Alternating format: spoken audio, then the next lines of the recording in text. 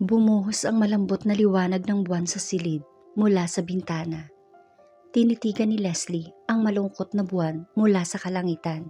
Sinasabi ng karamihan na hindi kailanman napapagtanto ng isang tao ang kahalagahan ng isang tao sa kanilang buhay, maliban kung mawala ito. Alam lang niya ang mga kasabihang ito noon, ngunit hindi niya naiintindihan ang mas malalim na kahulugan nito. Ang nakalipas na ilang buwan ay nakapagpabago ng malaki sa buhay niya. Ang simpleng pagkilos at pagbibigay sa kanya ni Vince ng pangalang Angel ay nagbigay ng ngiti sa kanyang mukha. Hindi alam ni Leslie na makikilala niya ang isang tao tulad ni Vince. Ni hindi niya naisip na magpakasal sa ganoong kalagayan.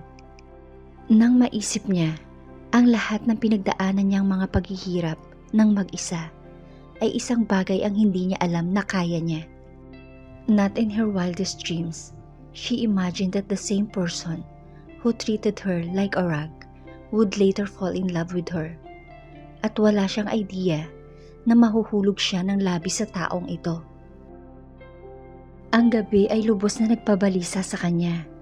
Sa isang banda ay naisip ni Leslie na tawagan si Sheila.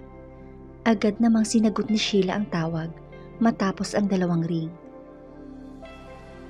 Gaya ng dati, nandyan si Sheila para kay Leslie anumang oras. Nakahinga siya ng maluwag nang marinig ang boses ng kaibigan. Calling so late. Kamusta na ang iyong mayabang, pivot manhor, aka Prince Charming? Tanong ni Sheila na parang ayos lang na i-refer si Vince sa ganoong paraan. Natawa si Leslie sa sinabi nito. Ikaw lang ang nakakapagsabi ng mga bagay na ganito. Yup, but now tell me, nasaan siya? May nangyari ba? Hindi mo na ako tinawagan simula nang ipakita sa'yo ng Prince Charming mo ang iba't ibang kulay ng mga romantiko niyang katangian. Naguguluhan si Leslie. Hindi siya sigurado kung nililibak ba siya ng kaibigan o nag-aalala ito sa kanya. Well, ang aking mayabang na Prince Charming ay lilipad patungong Singapore ngayon para sa mga business meeting. Matapos ang ilang sandaling katahimikan, narinig ni Leslie ang sincere na boses ni Sheila. You know what? I'm really very happy for you. Ngayon umaasa akong makikilala ka ni Vince at mapapagtanto niya ang halaga mo. Kinagat ni Leslie ang kanyang mga labi at inisip si Vince. Gusto kitang makita at makasama, Sheila. Gusto kong mabawasan ang lungkot na nadarama ko. Si Sheila talaga ang kanyang mandatory dose na gamot. Okay, sige. Pero medyo abala ako ngayong gabi. Magkita na lang tayo bukas. Okay ba yun sa'yo? Ang pakikipagkita kay Sheila ay magandang option din para kay Leslie dahil kailangan niyang tapusin ang ilang mahalagang gawain ngayon na tuluyan niyang nakalimutan kanina. Deal, magkita tayo sa coffee shop. Sa wakas, gumawa siya ng schedule para sa pinakamahalagang bagay na kailangan niyang gawin ngayon. Sa tanghalian o pagkatapos ng trabaho naman ang pakikipagkita niya kay Derek. Hindi na namalayan ni Leslie na nakatulog na siya dahil nagulo ang kanyang pag-iisip sa pagitan ng sasabihin kay Derek at pagka-miss kay Vince. Kinaumagahan, isang magandang ngiti ang sumilay sa kanyang mukha nang makita kung sino ang tumatawag sa kanya sa telepono. I miss you, Angel. Malambing na bungad ni Vince nang sagutin niya ang tawag. Nasaan ka ngayon? Okay ka lang ba dyan? Andito ako ngayon sa aking silid sa hotel. Naghahanda para sa pagbisita sa site at meeting. Pero kailangan ko munang mag-shower ngayon bago ako magsimula. Alam mo ba na ang sobrang kalinisan ay masama? Natawa si Vince sa sinabi niya. Miss na kita, Angel. Muling sabi ni Vince. Ang kanyang mahinang bulong ay nagpakiliti sa kanyang puso. Miss na rin kita, pero alam mo kung ano ang iniisip ko. Sa tingin ko ang pansamantalang distansya na ito ang magpaparamdam sa atin kung ano talaga ang kahulugan natin sa isa't isa. I already know, Angel. Alam ko kung ano ka sa akin. Ang distansya ay ganap na isang masakit para sa akin. Isang gabi na akong malayo sa'yo. Pagmamaktol ni Vince. Ang kanyang mga salita ay nagdulot ng pagkalito sa puso ni Leslie. Hey, ilang araw na lang at makakauwi ka na. Babangon na ako. Kailangan ko nang maghanda para sa opisina. Nagmamadaling sabi ni Leslie. Okay, don't forget to send me a picture, okay? Kailangan kong maramdaman na malapit ka lang sa akin. That goes both ways. Bye for now. Paalam ni Leslie. Nagkaroon ng sandaling katahimikan. Pagkatapos ay nag-aalangang sinabi ni Vince na, Bye, Angel. Bakit pakiramdam ni Leslie ay may gusto pa siyang marinig mula kay Vince na higit pa sa isang paalam. Paglabas pa lang ni Leslie sa elevator, patungo sa pintuan ng kanyang opisina, nakuha ni Flor ang kanyang atensyon. Nakita rin siya ni Flor. Malinaw na hindi nasisiyahan si Flor sa presensya niya. Ngunit sinubukan itong takpan ang ekspresyon at nag-aatubili siyang binati. Ganun pa man, binati siyang pabalik ni Leslie dahil kailangan lang niyang gawin iyon at pagkatapos ay tuluyan na siyang pumasok sa kanyang silid. Pagkapasok ni Leslie sa kwarto, nagpasya siyang magpadala muna ng mensahe kay Derek. Busy din itong tao at kung mas maaga nilang maaayos ang kanilang pagkikita, mas mabuti. Hey Derek, pwede ba tayong magkita ngayon? Nagkunwari si Leslie ng kanyang pananabik dahil excited siyang makita si Derek ngayon. I would love to meet you. I miss you, Les. I am in dire need of my daily dose of sugar. Pabirong sabi ni Derek. Lunch o pagkatapos ng opisina? Kung kailan ka libre, okay lang sa akin. After office, parang okay na sa akin. Susunduin kita. Excited na sabi ni Derek. Huwag kang mag-alala, nandito ang kotse ko. Magkita na lang tayo sa paborito nating coffee shop, okay? See you. Can't wait to see you, Les.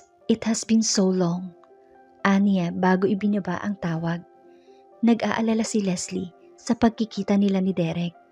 Kung hindi dahil kay Vince, gusto niya si Derek dahil nandyan ito para sa kanya. Noong talagang kailangan niya ito. But there was no way she could leave him on anymore. Ngayong handa na siyang pagbigyan muli ang kanilang kasal ni Vince. Dapat na niyang itigil ang lahat ng ito para hindi na umasa pa si Derek. Pero hindi niya kayang baliwalain na lang ang pagkakaibigan nila ni Derek. Handa na siya sa kung ano ang sasabihin sa kanya ni Derek. Ngunit paano niya ito tatanggapin? Buong araw ay ipinaramdam ni Vince sa kanya na hindi siya nag-iisa.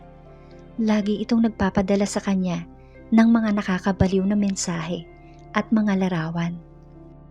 Dahil sa mga iyon, naramdaman ni Leslie na malapit lang sa kanya si Vince. At the end of the day, she was a hot battered mess with Vince far far away from her. Tulad ngayong tanghalian, pinadalhan siya ni Vince ng larawan na nagmamaneho mula sa isang site. Napahinga siya ng malalim. Napakasarap pagmasdan ng lalaking ito habang nakasuot ng black suit.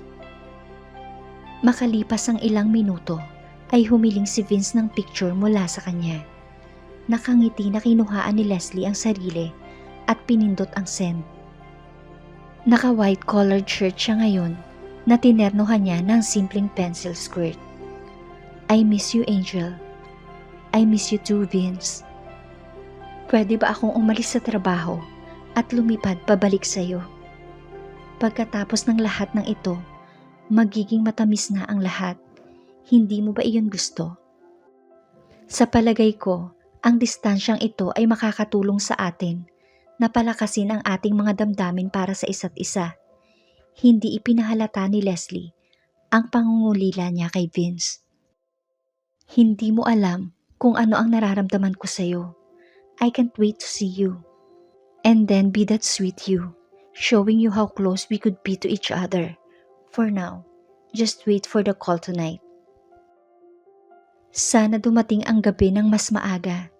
By the way, why is Flor or Rodney not with you on this trip? Yeah, she'll join me tomorrow. Okay, need to go. Talk to you tonight. Bago matapos ang araw, dumating si Rodney sa kanyang silid kasama ang iba pang grupo nila. Dahil malaki ang kwarto niya, kadalasan ay doon nila ginaganap ang mga pagpupulong ng grupo. Tinalakay ng pangkat ang kanilang susunod na proyekto sa Hawaii. Bumili ang lasensa ng isang pribadong isla para sa pagtatayo ng isang marangyang resort doon. Ang isla ay liblib ngunit malapit ito sa main island. Sa tingin ni Leslie, ito ay magiging matagumpay and she couldn't wait to work on the project. Matapos suriin ang lahat ng materyales, sa wakas, they decided to call it a day. Nang tumunog ang orasan para sa pagtatapos ng trabaho, ay biglang nakaramdam si Leslie ng nerbiyos. Hindi na siya naghintay ng ilang segundo na matapos ang alarm para makauwi na siya at tawagan si Vince. Ganun pa man, kinailangan niyang makipagkita at i-clear ang lahat kay Derek. Si Derek ay isang maputing tao at hindi ito karapat-dapat na mag-aksaya ng oras para sa kanya. Kaya hindi na siya nag-aksaya pa. Kinuha niya ang cellphone at nagpadala siya ng message. I'll be there in 15 minutes. See you. Can't wait to see you, Les. Naghihintay na si Derek nang dumating siya sa coffee shop. Nang makita ni Derek si Leslie, ay agad na sumilay ang isang matamis na ngiti sa mukha nito. Ang ngiting iyon ay naghatid ng liwanag sa buong silid. Nakaramdam si Leslie ng kirot sa kanyang puso. Hey! Binigyan siya ni Derek ng isang mahigpit na yakap. Ang bilis mo naman makarating. Ano ka, Superman? Pabirong sabi niya kay Derek. Maybe, I can be anything for you, Les. Tila may pahiwatig ang mga salita ni Derek. Bahagyang nakaramdam ng pagkailang si Leslie at pinagpawisan siya ng malamig. Ang mga ngiti ni Derek ay tunay na totoo at ang kanyang mga mata ay naglalaman ng labis na emosyon na tila sumisigaw ng labis na pagmamahal sa kanya. Napabuntong hininga si Leslie at nag-aalinlangan bago sinabing, "Umorder muna tayo." Sure, mabilis namang sagot ni Derek. Tinawag ni Derek ang waitress at nag-order para sa kanilang dalawa. Ilang beses na silang nakapunta sa lugar na iyon kaya alam na niya kung ano ang nakasanayan ni Leslie. Dumating ang kanilang kape nang malapit na nilang matapos ang pag-uusap tungkol sa isa't isa. Hinigop ni Leslie ang masarap na kape kasabay ang mahigpit na paghawak sa mainit na mug.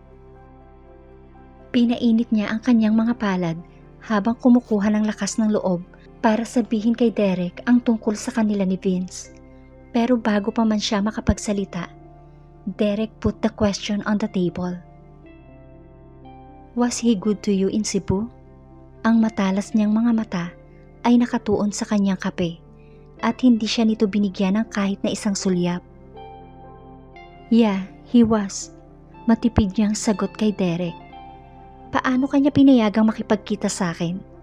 Les, alam kong siya ang dahilan kung bakit iniiwasan mo akong makasama lately. Well, busy siya sa trabaho at hindi niya ito alam. Kung ipapaalam ko sa kanya na makikipagkita ako sa'yo, baka hindi niya magustuhan ang idea na ito. Ito ang katotohanan. Alam ni Leslie ang pagkakaroon ng matatag na kontrol ni Vince sa kanyang buhay. Huwag mong hayaang kontrolin niya ang buhay mo. Les, you deserve so much better. Sinubukan ni Derek na ipakita sa kanya ang isang bagay na pinagdaanan niya ng napakaraming beses. Pinili niyang huwag na lang pansinin ang mga salita nito. Derek, I don't think you will like what I'm going to say to you. Huminga siya ng malalim at puno ng lakas ng loob na pinagpatuloy ang pagsasalita. Habang nakatutok ang kanyang mga mata sa mainit na kape, ay muli siyang nagpatuloy. Gusto kong makinig ka. Sana maintindihan mo ako. At huwag mo akong husgahan, okay? Kung papayag ka, ipagpapatuloy ko. Pinapakaba mo ako, Les. Ipangako mo sa akin na hindi ka na muling magkakamali. Bago ko sabihin ito, gusto kong malaman mo na totoo ang nararamdaman ko para sa'yo. Gusto kong maging magkaibigan tayo forever. I really want us to be in touch. Always. Tulad ng dati, malaya tayong nakakapag-usap. Yung may pagmamalasakit tayo sa isa't isa. Lubos na nating kilala ang isa't isa. Espesyal ito sa akin at ayaw kong mawala ang anuman sa mga ito. May sasabihin pa sana si Leslie nang biglang magsalita si Derek. Nahulog ka na sa kanya, hindi ba? Tanong ni Derek kasabay ang isang pilit at mahinang tawa. Agad itong sinulyapan ni Leslie at tinitigan niya ang malungkot nitong ekspresyon.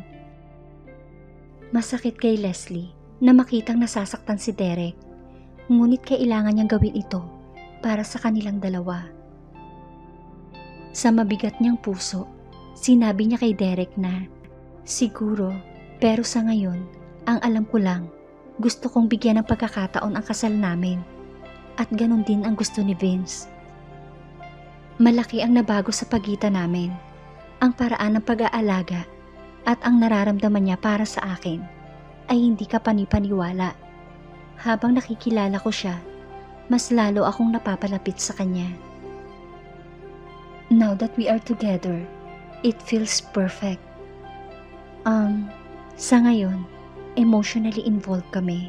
He hasn't gone his player ways since so long enough.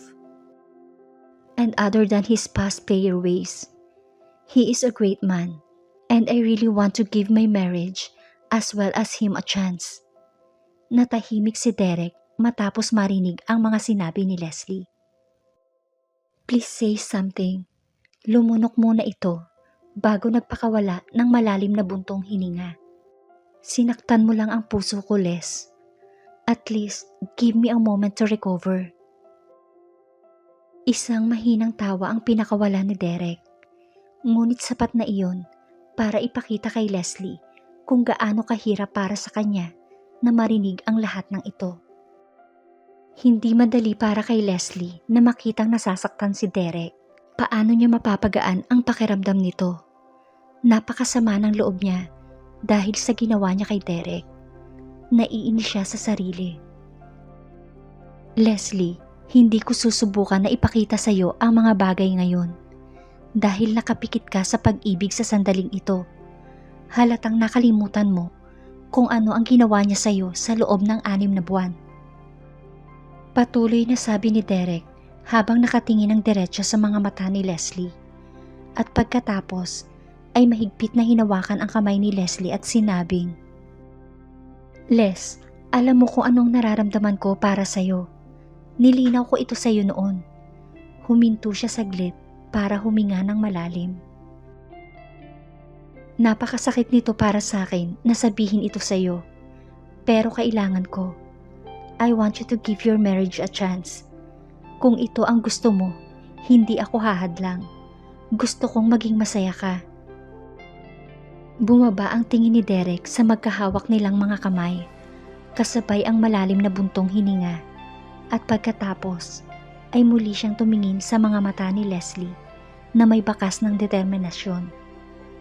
Pero nananatili pa rin ang sinabi ko sa iyo.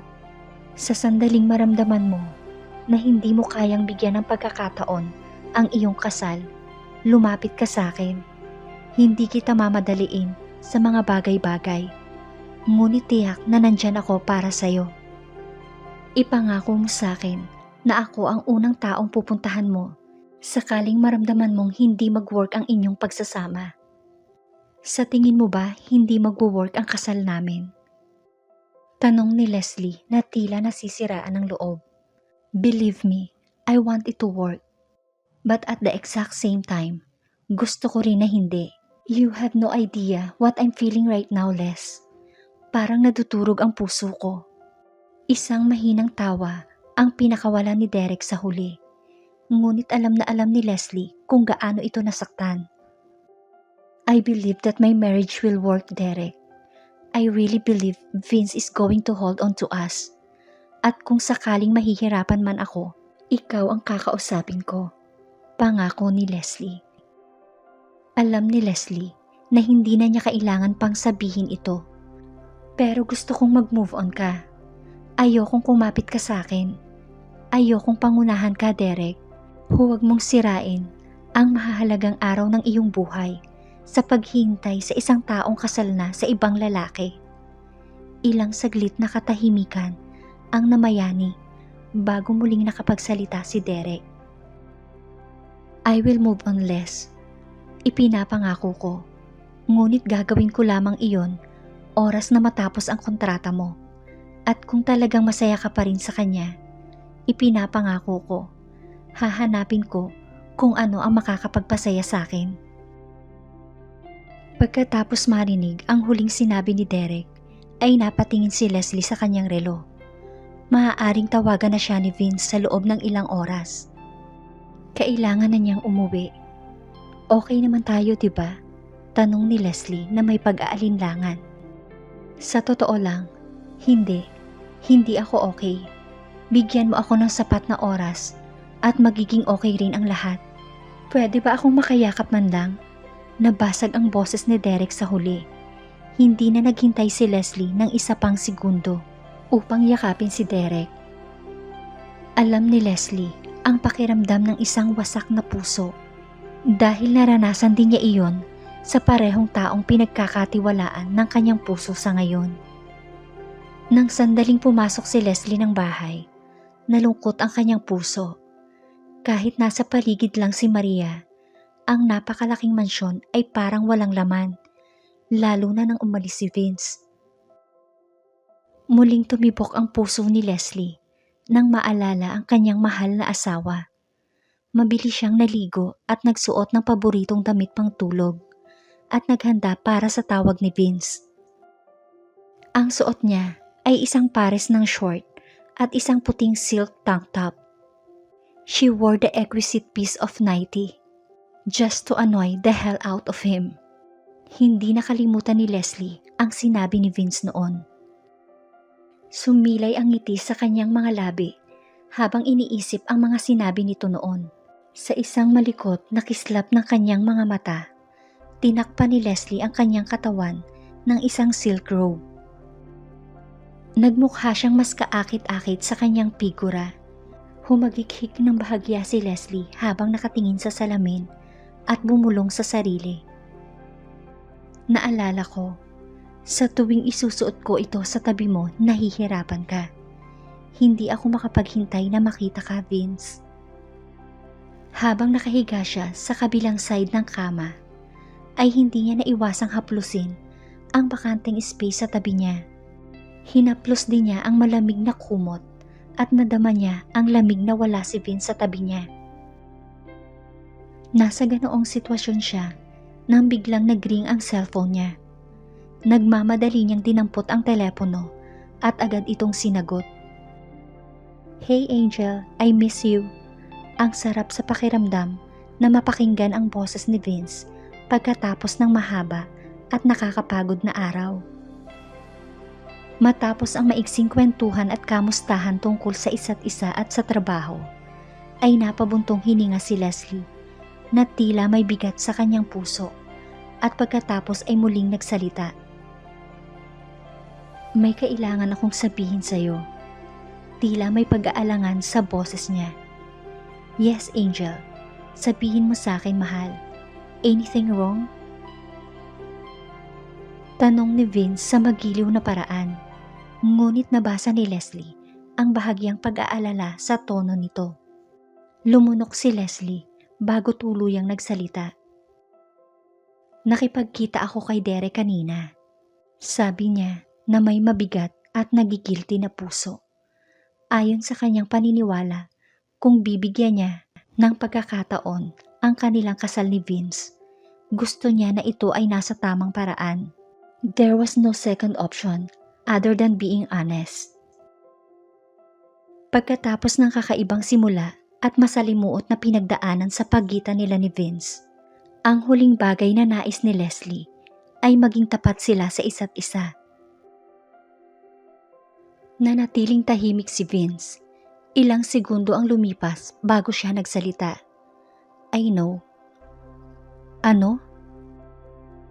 Alam mo, hindi mapigilan ni Leslie ang pagkagulat sa kanyang boses. Yeah, I know. Nanatiling kalmado ang boses ni Vince. Wala itong bahid ng anumang galit at pagkabigo. Paano mo nalaman? Muling tanong ni Leslie, ngunit mabilis na nag-click sa kanyang isip ang mga posibilidad. Sinabi sa iyo ni Mang Isko, hindi ba? Malamang, ito ang tanging naisip ni Leslie. Hindi na mahalaga kung sino ang nagsabi sa akin.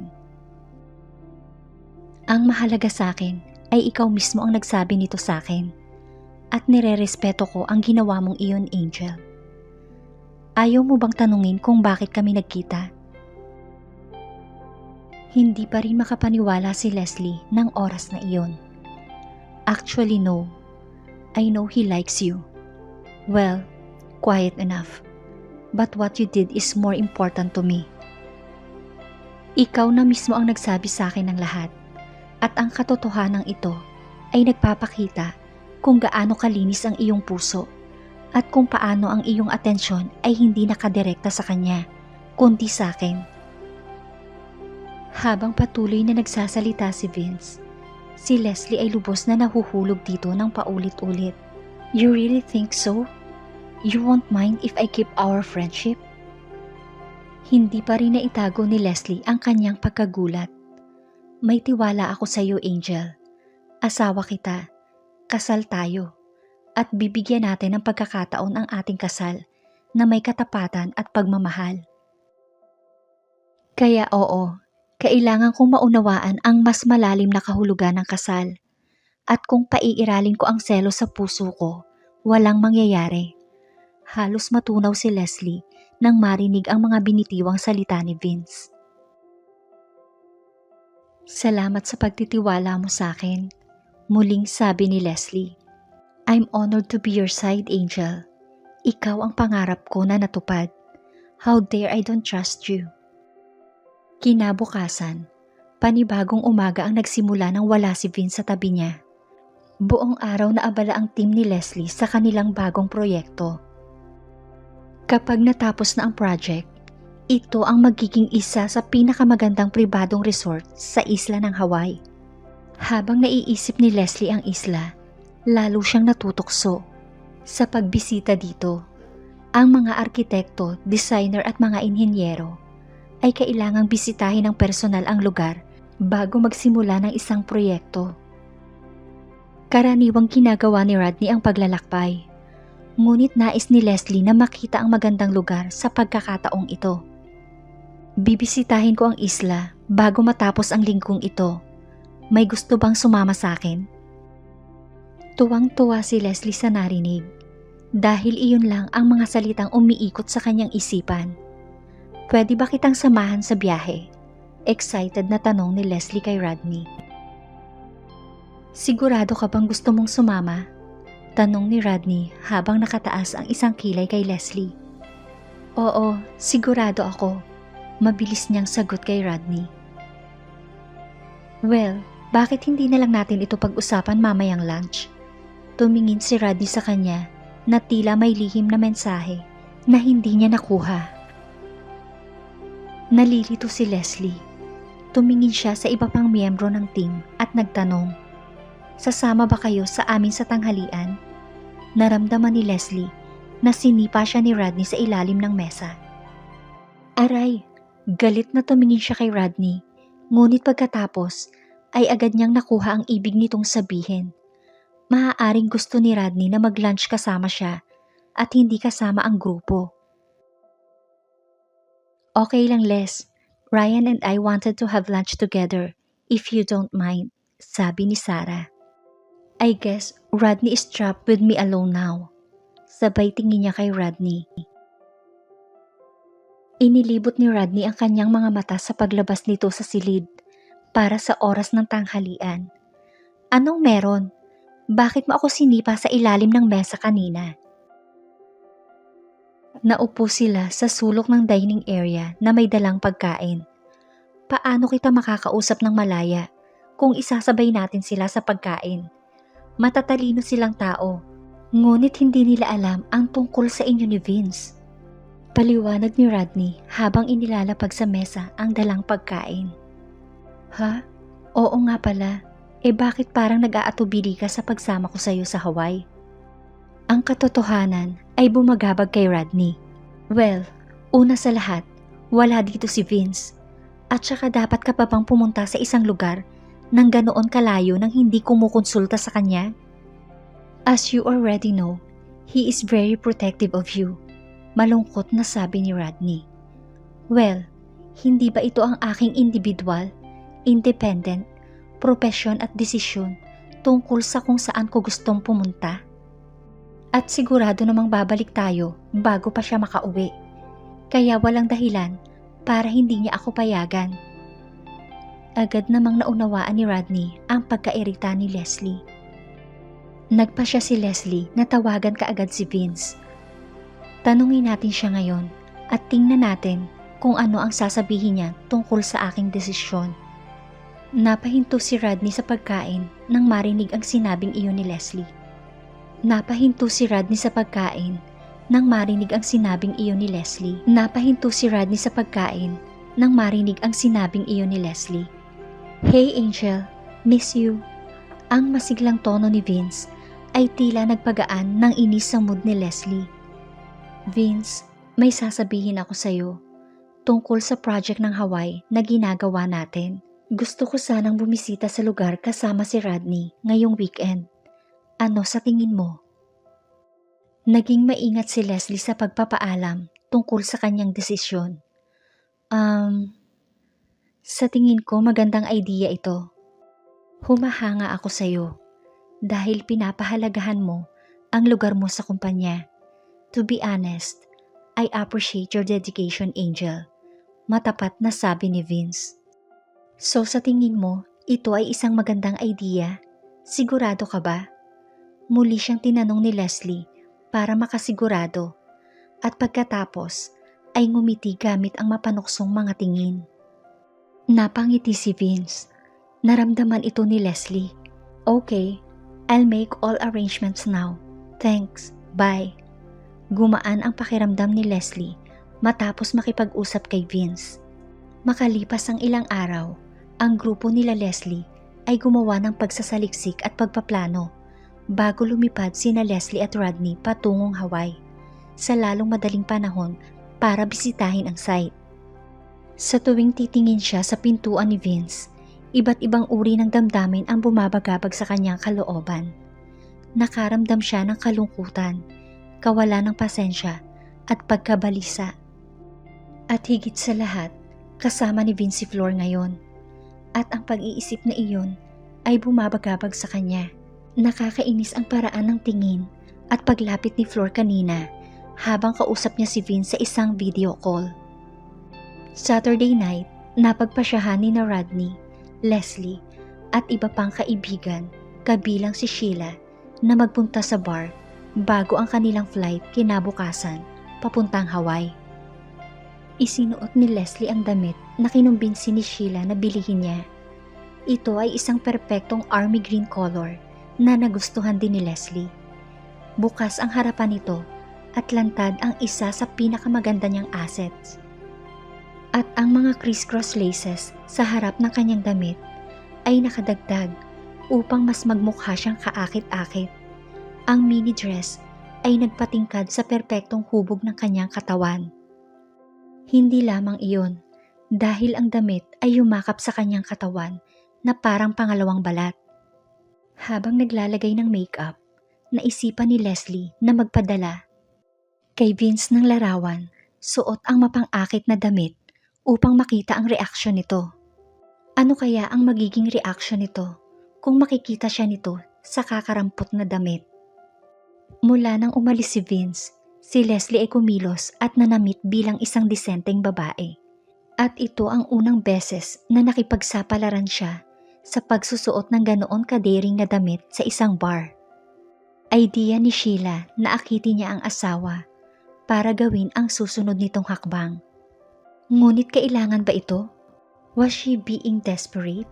All of the sudden, Leslie wasn't interested in going out anymore. Ngunit si Sheila ay hindi tumatanggap ng hindi para sa isang sagot. Sa huli, kinailangan ni Leslie na sumuko. Muli ay naisipan ni Leslie na ipadala kay Vince ang larawan, ngunit pinilit niyang huwag gawin iyon. Si Vince ay isang possessive na tao at alam iyon ni Leslie. Hindi porket hinayaan siya nito na makipagkita kay Derek ay aabusuhin niya ito. Naramdaman ni Leslie na sinusubukan lang siya ni Vince. Alam niyang hindi siya papayagan ni Vince kapag nakita siyang nakasuot ng ganito. Alam niyang hinahanga ni Vince ang kanyang pananamit, ngunit iba sa pagkakataong ito. Nagpasya si Leslie na ipadala ito kay Vince kapag nakalabas na siya ng bahay patungo sa bar. Habang sakay sa kotse patungo sa bar, ay kinuha ni Sheila ang kanyang cellphone mula sa kanyang bag at kinuhaan si Leslie ng isang picture. Napabuntong hininga si Leslie sa kanyang kakaibang best friend na ngayon ay kasalukuyang nakangisi na parang isang pusa. Send him, nakangising sabi ni Sheila. Sigurado ka bang magandang idea iyan? Naguguluhang sagot ni Leslie. Yes, and that's the main purpose of your dressing up tonight.